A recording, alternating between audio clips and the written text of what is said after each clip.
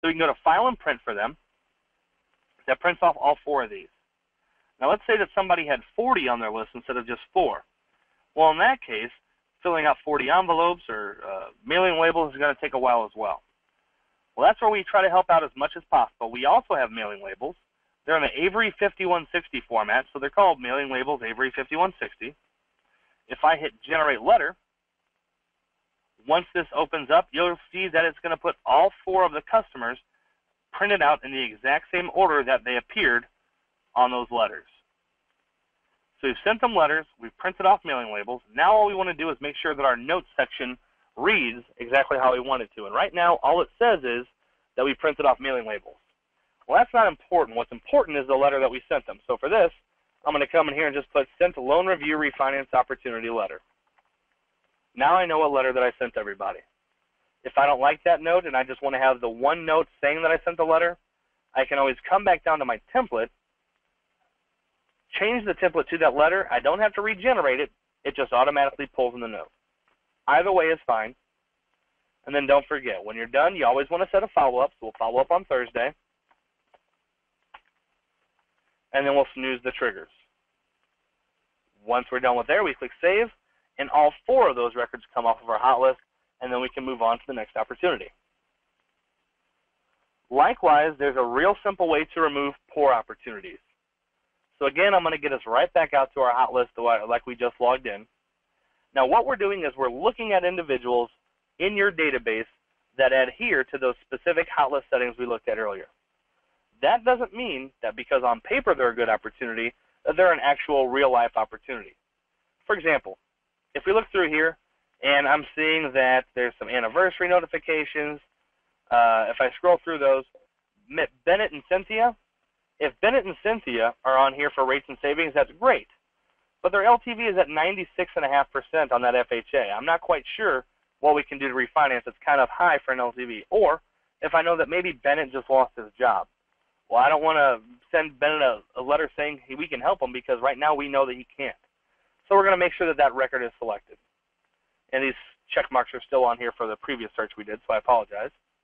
The next one, Preston and Angela. If you know that Angela just filed bankruptcy, you'd want to make sure that she's not going to be on your hot list anytime soon. And then Eileen and John Felton, we're going to put a check mark there because they're stated income. Carlos is okay, so we'll deselect Carlos. But these 3 people are all on here because they're not good opportunities despite being so on paper. Once we have those selected, we're going to disposition our tagged records. But for these folks, we don't need to send them a letter. We don't need to say, hey, I'm sending you a letter because I can't help you. We don't need to follow up with them next week to remind them, hey, remember that letter I sent you? I still can't help you. All we need to do for those poor opportunities is put in a good note, and this is not a good note. This is just an example. But you'd want to put in a good note as to why they're not on your hot list anymore. And then you just want to snooze their triggers. You don't need to see them for 90 days because you know that you're not going to be able to refi them anytime soon. We're going to snooze their triggers. And if we want to change the length of snooze that we have for those, this is also applicable for any kind of client that you have. If you want to change the length of the triggers being snoozed, you would click on View Settings. And this takes you to this specific customer's or these specific customers' hot list settings. So any changes here affect these 4 customers and these 4 customers only. Down at the bottom, you can see that all these triggers are turned off except for the birthday. I know it has a check mark in there, but there's no date specified. So as far as that means, it's always going to show up for the birthday. But what we're able to do is if I want to do this for just a month snooze, I can make this April 26th. If I wanted to do it for 6 months snooze, monthly, March, September, I can do it till September 26th. It's completely up to you the length of how long you're going to snooze these folks for.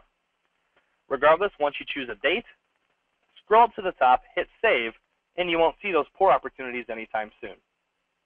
Are there any questions over that process or how to do a group disposition in general? No. All right, then. There's only 2 more things, and I promise they're quick ones. This next one's very quick. It's the quickest thing I have to show you, and that is how to go through and actually print off your hot list. Now, you may have an assistant. You may have a business trip coming up that you want to have something to look at on the plane. There's all these different reasons that you might want to have a copy of this in your hand. Well, Mortgage Returns is available through the internet. So whether you're at home, the library, work, anywhere you have computer access with the internet, you have the ability to log into Mortgage Returns. But for those times when you won't, like on the plane or when you want to hand stuff off to an assistant, you would need to have a hard copy of this. And to get that, all you really have to do is go to File and Print. Now I'm going to do a print preview just to show you exactly what we're looking at here. And when I do so, you're going to see that this is going to appear exactly as it appears on your screen when you're looking at it from the hot list. So we're going to have the same order and the same layout for all these customers. So when we're looking at this, whether we're laying at home, prioritizing our day for tomorrow, giving it to our assistant to make some follow-up phone calls, you're going to see their contact information, their loan information, and you're going to be able to see the last 3 things that have happened with them. So if you get a wild hair when you're looking at this out of the office and you say, hey, Greg and Amanda are at 4 1/4, I can get that down to 3 1/2 right now. Again, that's just an example. But you say you can drop that to 3 1/2. Well, maybe you can even give Greg or Amanda a phone call and say, hey guys, I understand that it's the weekend, or I understand it's 7 o'clock. I'm not at the office now, but when I was reviewing some things, I see that you might have a really good opportunity I want to talk to you about. Do me a favor. What time would be best for you tomorrow to call? 2 o'clock? Sounds great. So you put in the column here, the margin here, call it 2 p.m. Then tomorrow you know that you can follow up with them when you're back at the office. So to get this in your hand, File and Print is all you do. The last thing I'm going to show you guys is how to add a prospect into the system. Now I know that you mentioned wanting to add in other databases, and that's a separate issue because for those clients that you have from somewhere else, you're going to have a lot more information. You're going to have close dates. You're going to have all those different loan numbers that you need, at the actual loan number itself, I guess. So you're going to have all those significant details, whereas a prospect, you're only going to have some basic info to get the conversation started. So to add a prospect, you come in here and you would click on Add a New Record. It's got an orange P next to it. P stands for prospect, C stands for customer. And the prospect that we're going to add is going to be a refinance prospect. And his name, oddly enough, is Jack Refi. So we've got Jack Refi here. He's our refinance prospect. And here's some of the details we have about him. We have his phone number and his email address. Let's see here, jack@refi.com. His current mailing address, so 123 Refi Street, St. Louis, Missouri.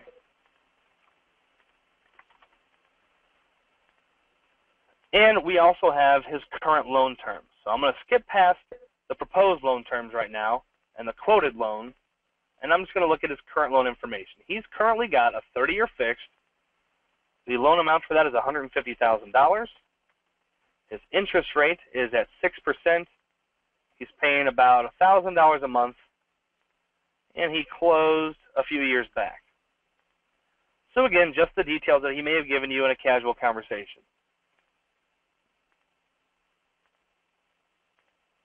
So you've got all that information for him. 30-year fixed, $150,000, 6% interest, $1,000 a month. He closed in March of 2007. Now we can come up here and quote him what we want to refi him on today. So if he has a 30-year fixed, we'll quote him a 30-year fixed. And when I select that, it automatically shows up in the quoted rate section what your current rate for that 30-year fixed program is. So it looks like it's at 5%.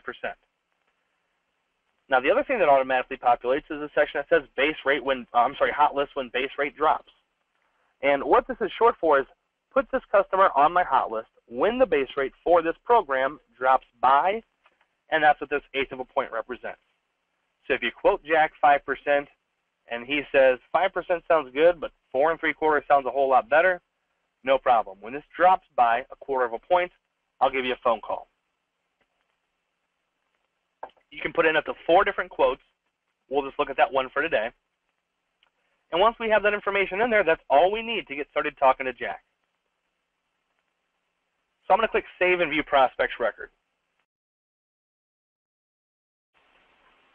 Once I do that, it's going to show me his actual customer record now, or his prospect record, I should say, with a few different tabs on here. Well, what we're concerned about doing now is any prospect that you add, you want to put on a campaign. So we're going to go to our campaign tab and look at the variety that we have. We have those newsletters we discussed earlier, automated campaigns we discussed, and the manual campaigns. Now, the manual campaign is, again, just a series of reminders that show up on your hot list and let you know what action to take. So we do have a new refinance prospect campaign, and you can choose that as a manual campaign by selecting the box, scrolling up, and hitting Save. I'm going to deselect that. In the automated campaign section, the ones that go out automatically for you at predetermined intervals, we want to look at the refinance campaign. And again, it tells you the different steps involved. To add them to this automatic campaign, we select that box and hit Save. Now, a common question we get is, how can I preview these emails before they go out? And that's very simple as well.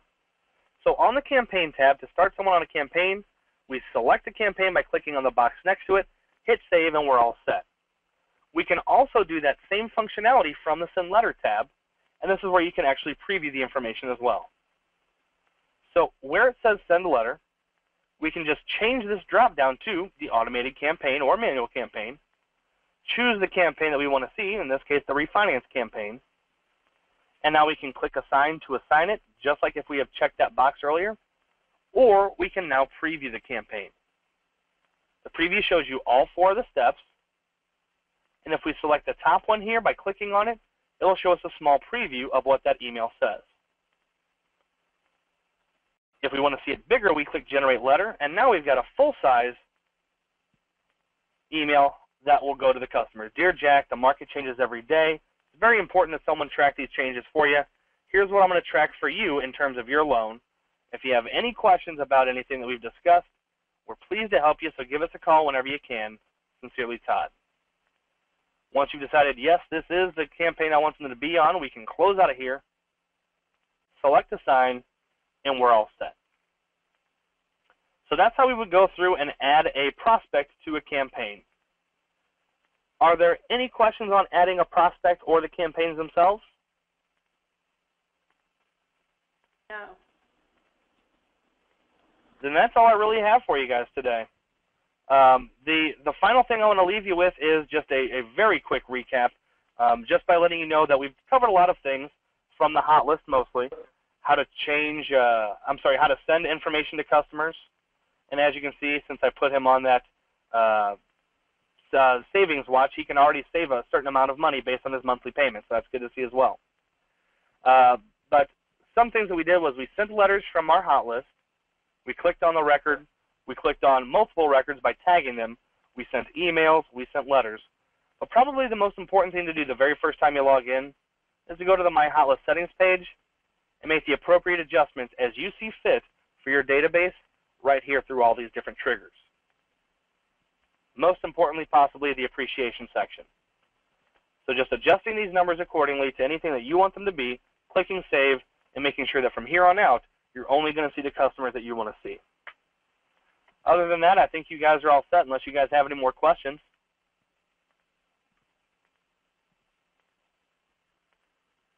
Yeah, how do we, you said we could have our photo on there. How do we get the photo on there? For a picture to be included, here, I'll put my email address in the chat log. You can just email it to me directly. The only restriction that we're going to have is that it is in a portrait layout as opposed to landscape, meaning it's just taller than it is wide. If it's wider than it is tall, that's not a problem. I can crop it. I'm just going to let you know that it will be cropped. Okay, so just send that to you, and you will take care of that for us. Yep, same thing with signatures, too. If you guys need a signature, if you guys want your signature to appear on this information, absolutely let us know about that, and we'll get that signature uploaded for you as well. Okay, perfect.